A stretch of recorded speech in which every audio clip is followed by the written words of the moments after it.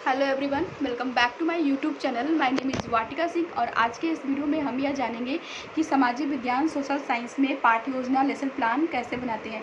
But before starting this video we would like to say something to you. Please like and share this video and subscribe my channel Vatika Singh and don't forget to put on the notification bell and don't miss the upcoming video. तो चलिए friends, बिना time waste किए हुए हम इस video को start कर लेते हैं। सामाजिक विज्ञान में लेसन प्लान पाठ्य योजना बनाने के लिए आपको सबसे पहले लिखना होता है पाठ योजना। इसको हम हेडिंग या टैग लाइन कहते हैं। इसको बिल्कुल ही बीचों बीच सेंटर में बोल्ड में और बहुत सुंदर तरीके से आपको इसको रिप्रेजेंट लिखना होता है। तो पहले मैं बता दूं कि पाठ योजना क्या होता है। पाठ योजना किसी भी पाठ के आवश्यक बिंदुओं की एक रूपरेखा होती है जिसे कि हम पाठ योजना लेसन प्लान कहते हैं। उसके बाद आप लिखते हो विद्यालय का नाम। आप जिस विद्यालय से अपना बीएड बीटीसी डीएलएड कर रहे होते हैं उस विद्यालय का आपको यहाँ पे नाम लिखना होता है। उसके बाद आप लिखते हो दिनांक। जिस भी डेट को आप अपनी पाठ्य योजना को बनाते हो उस डेट को आपको यहाँ पे दिनांक में लिखना होता है। उसके बाद आप लिखते हो विषय। जिस विषय में आप अपनी पाठ्य योजना को बना रहे होते हैं उस विषय को आपको विषय में लिखना होता है। जैसा कि आप यहाँ पे देख पा रहे होंगे विषय में हमने लिखा हुआ है सामाजिक विज्ञान भूगोल।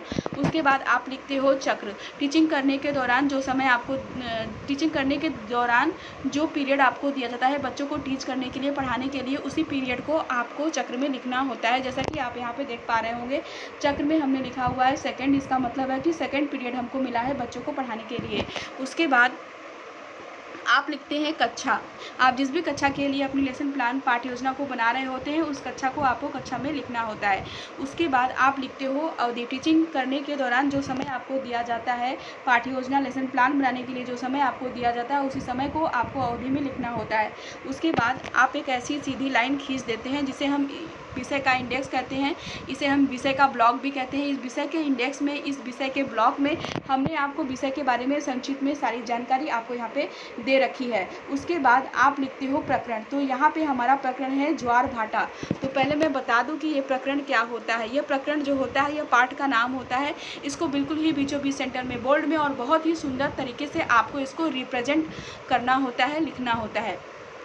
उसके बाद आप लिखते हैं समान उद्देश्य। तो पहले मैं यह बता दूं कि यह समान उद्देश्य क्या होता है। जो विषय आप बच्चों को पढ़ाने जा रहे हैं उस विषय से बच्चा क्या सीखेगा उसे ही हम समान उद्देश्य कहते हैं और उसे ही हम समान उद्देश्य में लिखते हैं। समान उद्देश्य में हम अपने विषय के बारे में 5, 6, 7, 8 पॉइंट्स लिखते हैं।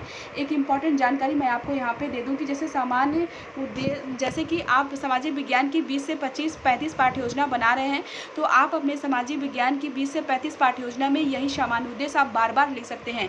यहाँ पे समान उद्देश्य में हमारा पहला पॉइंट्स है छात्रों को सामाजिक विज्ञान विषय के प्रति रुचि जागृत करके ज्वार भाटा का अर्थ व कार्य प्रणाली के विषय में जानकारी प्रदान करना होता है।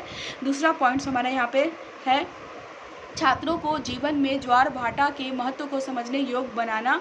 तीसरा पॉइंट हमारा यहाँ पे होता है छात्रों को ज्वार भाटा और इसके प्रकार के बारे में जानकारी देना है। चौथा पॉइंट हमारा यहाँ पे होता है छात्रों को ज्वार भाटा की प्रकारों के बारे में संपूर्ण जानकारी देना। पांचवा पॉइंट हमारा यहाँ पे होता है छात्रों को ज्वार भाटा के उत्पत्ति के बारे में जानकारी प्रदान करना होता है। उसके बाद आप लिखते हैं विशिष्ट उद्देश्य। तो पहले मैं बता दूं कि ये विशिष्ट उद्देश्य क्या होता है। आप जो पाठ बच्चों को पढ़ाने जा रहे हैं उससे बच्चा क्या सीखेगा उसे ही हम विशिष्ट उद्देश्य कहते हैं और उसे ही हम विशिष्ट उद्देश्य में लिखते हैं।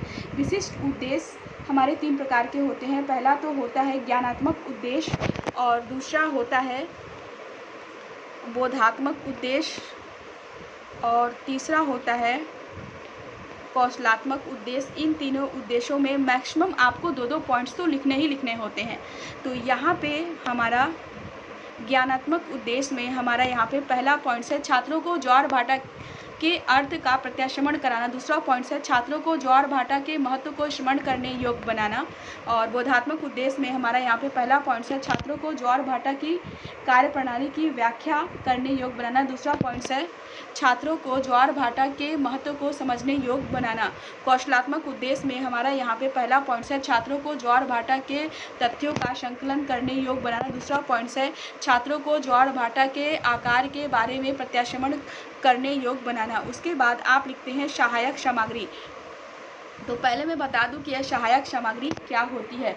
ब्लैक बोर्ड में जो ब्लैक बोर्ड में जिन सामग्री का यूज करके आप बच्चों को कोई भी टॉपिक एक्सप्लेन करते हैं, समझाते हैं, क्लियर करते हैं, उसी सामग्री को हम सहायक सामग्री कहते हैं। और सहायक सामग्री के रूप में आप लिख सकते हो चाक, डस्टर, लपेट, श्यामपट्ट, प्रकरण से संबंधित सहायक सामग्री आदि। उसके बाद आप लिखते हैं पूर्व ज्ञान।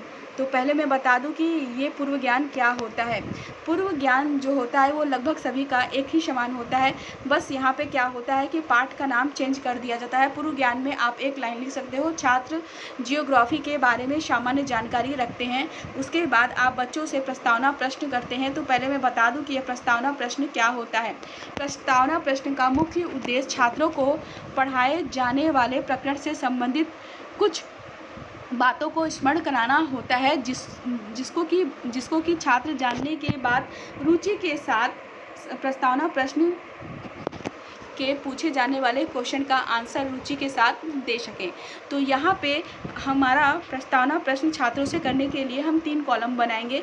पहला कॉलम तो हम बनाते हैं क्रम संख्या का कॉलम। इस कॉलम में हम छात्रों से पूछे जाने वाले क्वेश्चन के क्रम को लिखते हैं। दूसरा कॉलम जो है कि हम बनाते हैं छात्रा अध्यापिका क्रियाओं का कॉलम। इस कॉलम में हम छात्रों से प्रश्न पूछते हैं। तीसरा और लास्ट कॉलम जो है कि हम बनाते हैं छात्र छात्रा अनुक्रिया का कॉलम। इस कॉलम में छात्र हमारे पूछे जाने वाले क्वेश्चन के आंसर को देते हैं।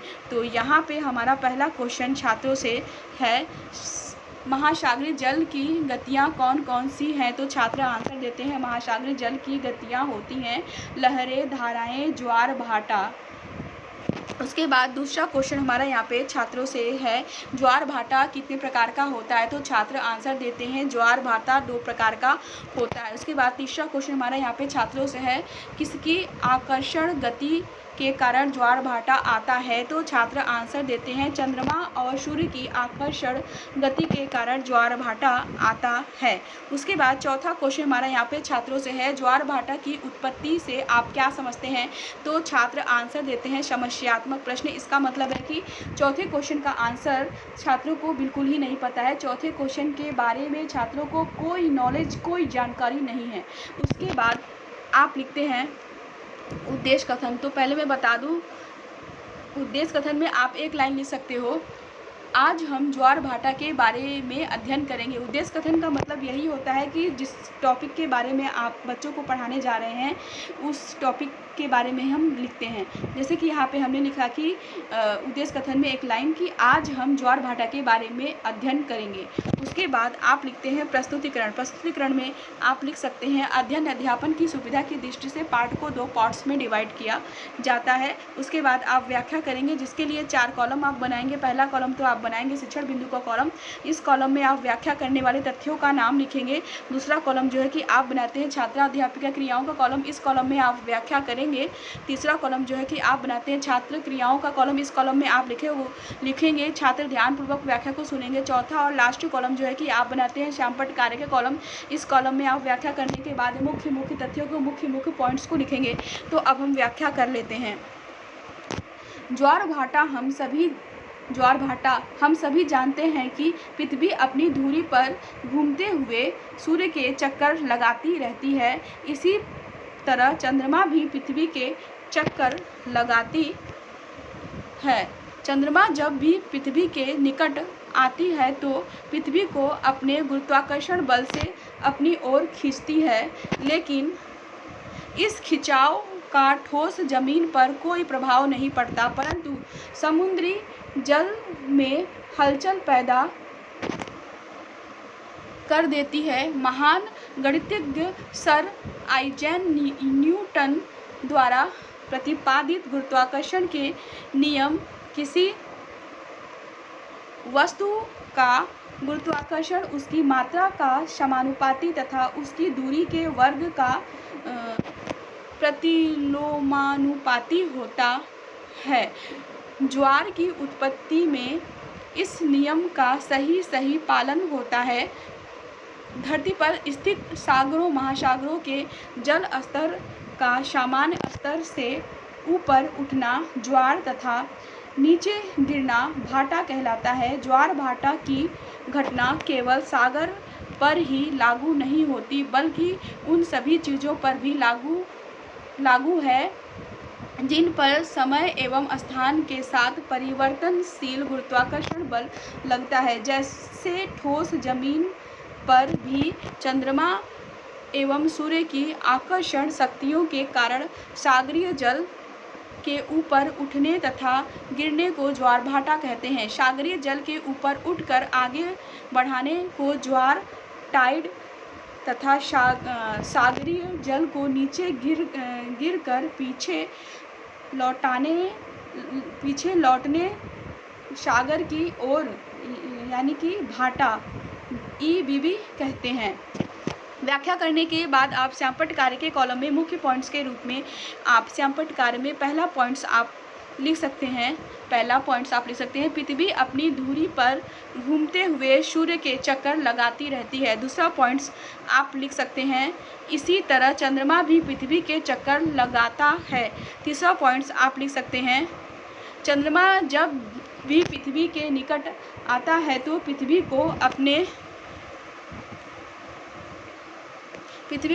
अपने गुरुत्वाकर्षण बल से अपनी ओर खींचती है। चौथा पॉइंट आप श्यामपट्ट कार्य में लिखेंगे, इस खिंचाव का ठोस जमीन पर कोई प्रभाव नहीं पड़ता, परंतु समुद्र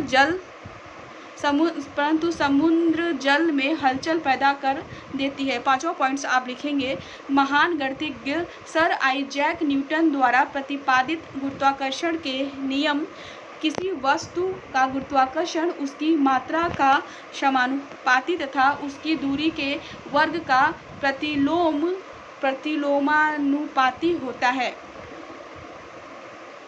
पांचवा पॉइंट्स आप श्यामपट्ट में लिखेंगे, ज्वार भाटा की घटना केवल सागर पर ही लागू नहीं होती है। उसके बाद व्याख्या करने के बाद आप छात्रों से बोधात्मक प्रश्न करते हैं, जिसके लिए आप 3 कॉलम बनाएंगे। पहला कॉलम तो आप बनाते हैं बोधात्मक प्रश्न का कॉलम। इस कॉलम में आप छात्रों से पूछे जाने वाले क्वेश्चन के क्रम को लिखते हैं। दूसरा कॉलम जो है कि आप बनाते हैं अध्यापिका क्रियाओं कॉलम। इस कॉलम में आप छात्रों से प्रश्न पूछते हैं। तीसरा और लास्ट कॉलम जो है कि आप बनाते हैं छात्र छात्रा अनुक्रिया का कॉलम। इस कॉलम में छात्र आपके पूछे जाने वाले क्वेश्चन के आंसर को देते हैं। तो यहाँ पे हमारा पहला क्वेश्चन छात्रों से है, सागरीय जल के ऊपर उठकर आगे बढ़ाने को क्या कहते हैं? तो छात्र आंसर देते हैं, सागरीय जल के ऊपर उठकर आगे बढ़ाने को टाइड ज्वार कहते हैं। दूसरा क्वेश्चन हमारा यहाँ पे छात्रों से है, सागरीय जल को नीचे गिरकर पीछे लौटने को क्या कहते हैं? तो छात्र आंसर देते हैं, सागरीय जल को नीचे गिरकर पीछे लौटने को ईबीबी भाटा कहते हैं। छात्रों से बोधात्मक प्रश्न करने के बाद आप फिर से व्याख्या करते हैं। आप फिर से उसी सब सारे प्रोसेस को दोहराएंगे। आप फिर से 4 कॉलम बनाएंगे। पहला कॉलम तो जो है कि आप बनाते हैं शिक्षण बिंदु का कॉलम, जिसमें कि आप व्याख्या करने वाले तथ्यों का नाम लिखेंगे। दूसरा कॉलम जो है कि आप बनाते हैं छात्राध्यापक क्रियाओं कॉलम। इस कॉलम में आप व्याख्या करेंगे। तीसरा कॉलम जो है कि आप बनाते हैं छात्र क्रियाओं का कॉलम। इस कॉलम में आप लिखेंगे छात्र ध्यानपूर्वक व्याख्या को सुनेंगे। चौथा और लास्ट कॉलम जो है कि आप बनाते हैं श्यामपट्ट कार्य के कॉलम। इस कॉलम में आप व्याख्या करने के बाद मुख्य तथ्यों को मुख्य पॉइंट्स को लिखेंगे। तो अब हम व्याख्या कर लेते हैं। ज्वार भाटा के प्रकार, सागर तथा महासागर के जल में ज्वार की उत्पत्ति चंद्रमा और सूर्य की आकर्षण शक्ति के कारण आता है। ज्वार भाटा 2 प्रकार से आता है, पहला बृहत ज्वार तथा दीर्घ ज्वार, दूसरा लघु ज्वार। बृहत तथा दीर्घ ज्वार उसे कहते हैं जब सूर्य, चंद्रमा और पृथ्वी तीनों एक सीध में होती है, तब चंद्रमा और सूर्य दोनों का आकर्षण बल पृथ्वी पर पड़ता है तो बृहद ज्वार आता है। यह अमावस्या और पूर्णिमा के दिन अधिक होता है। जब चंद्रमा और सूर्य पृथ्वी पर समकोण बनाती है तब लघु ज्वार आता है। ज्वार भाटा 24 घंटे में 2 बार आता है। व्याख्या करने के बाद आप श्यामपट्ट कार्य में मुख्य पॉइंट्स के रूप में पहला पॉइंट्स आप लिखेंगे ज्वार भाटा के प्रकार, पहला दीर्घ ज्वार, दूसरा लघु ज्वार। उसके बाद आप चित्र के थ्रू समझाएंगे। उसके बाद आप बच्चों से व्याख्या करने के बाद बोधात्मक प्रश्न करते हैं, जिसके लिए 3 कॉलम बनाएंगे। पहला कॉलम तो आप बनाते हैं बोधात्मक प्रश्न का कॉलम। इस कॉलम में आप छात्रों से पूछे जाने वाले क्वेश्चन के क्रम को लिखेंगे। दूसरा कॉलम जो है कि आप बनाते हैं अध्यापिका क्रियाओं का कॉलम। इस कॉलम में आप छात्रों से प्रश्न पूछेंगे। तीसरा कॉलम जो है कि आप बनाते हैं छात्र छात्रा अनुक्रिया का कॉलम। इस कॉलम में छात्र आपके पूछे जाने वाले क्वेश्चन के आंसर को देते हैं। तो यहाँ पे हमारा पहला क्वेश्चन छात्रों से है, ज्वार भाटा कितने प्रकार का होता है? तो छात्र आंसर देते हैं ज्वार भाटा 2 प्रकार का होता है। दूसरा क्वेश्चन हमारा यहाँ पे छात्रों से है, दीर्घ ज्वार भाटा कब आता है? तो छात्र आंसर देते हैं जब सूर्य और चंद्रमा पृथ्वी एक सीध में होती है तो दीर्घ ज्वार भाटा आता है। उसके बाद आप छात्रों को गृहकार्य दोगे। गृहकार्य के रूप में आप छात्रों को दे सकते हो, बच्चों आप सब ज्वार भाटा एवं उसके प्रकार के बारे में अच्छे से पढ़कर आइएगा। तो हम आपसे फिर से मिलते हैं। इस तरह से फ्रेंड्स आप अपने सामाजिक विज्ञान में पाठ्य योजना लेसन प्लान को ईजी और आसानी ढंग से आप खुद से भी बना सकते हैं। तो फ्रेंड्स हम आपसे फिर से मिलते हैं अपने नेक्स्ट वीडियो में। Thank you for watching my video and subscribe my channel. इस वीडियो में अगर आपको कोई भी दिक्कत हो, कोई भी प्रॉब्लम हो तो आप मुझसे क्वेश्चन पूछ सकते हो कमेंट सेक्शन में, और हम आपके कमेंट सेक्शन में पूछे जाने वाले क्वेश्चन के आंसर को देंगे। मेक श्योर इसे ज़रूर ट्राई कीजिएगा आप लेसन प्लान बनाने के लिए। इस वीडियो में आप मुझे अपना फीडबैक ज़रूर दीजिएगा। अपना प्यार जिस तरीके से आप मुझे देते आए हैं उस तरीके से देते रहेंगे। इसी आशा के साथ आपसे मैं विदा लेती हूँ। Thank you friends watching my video and subscribe my channel.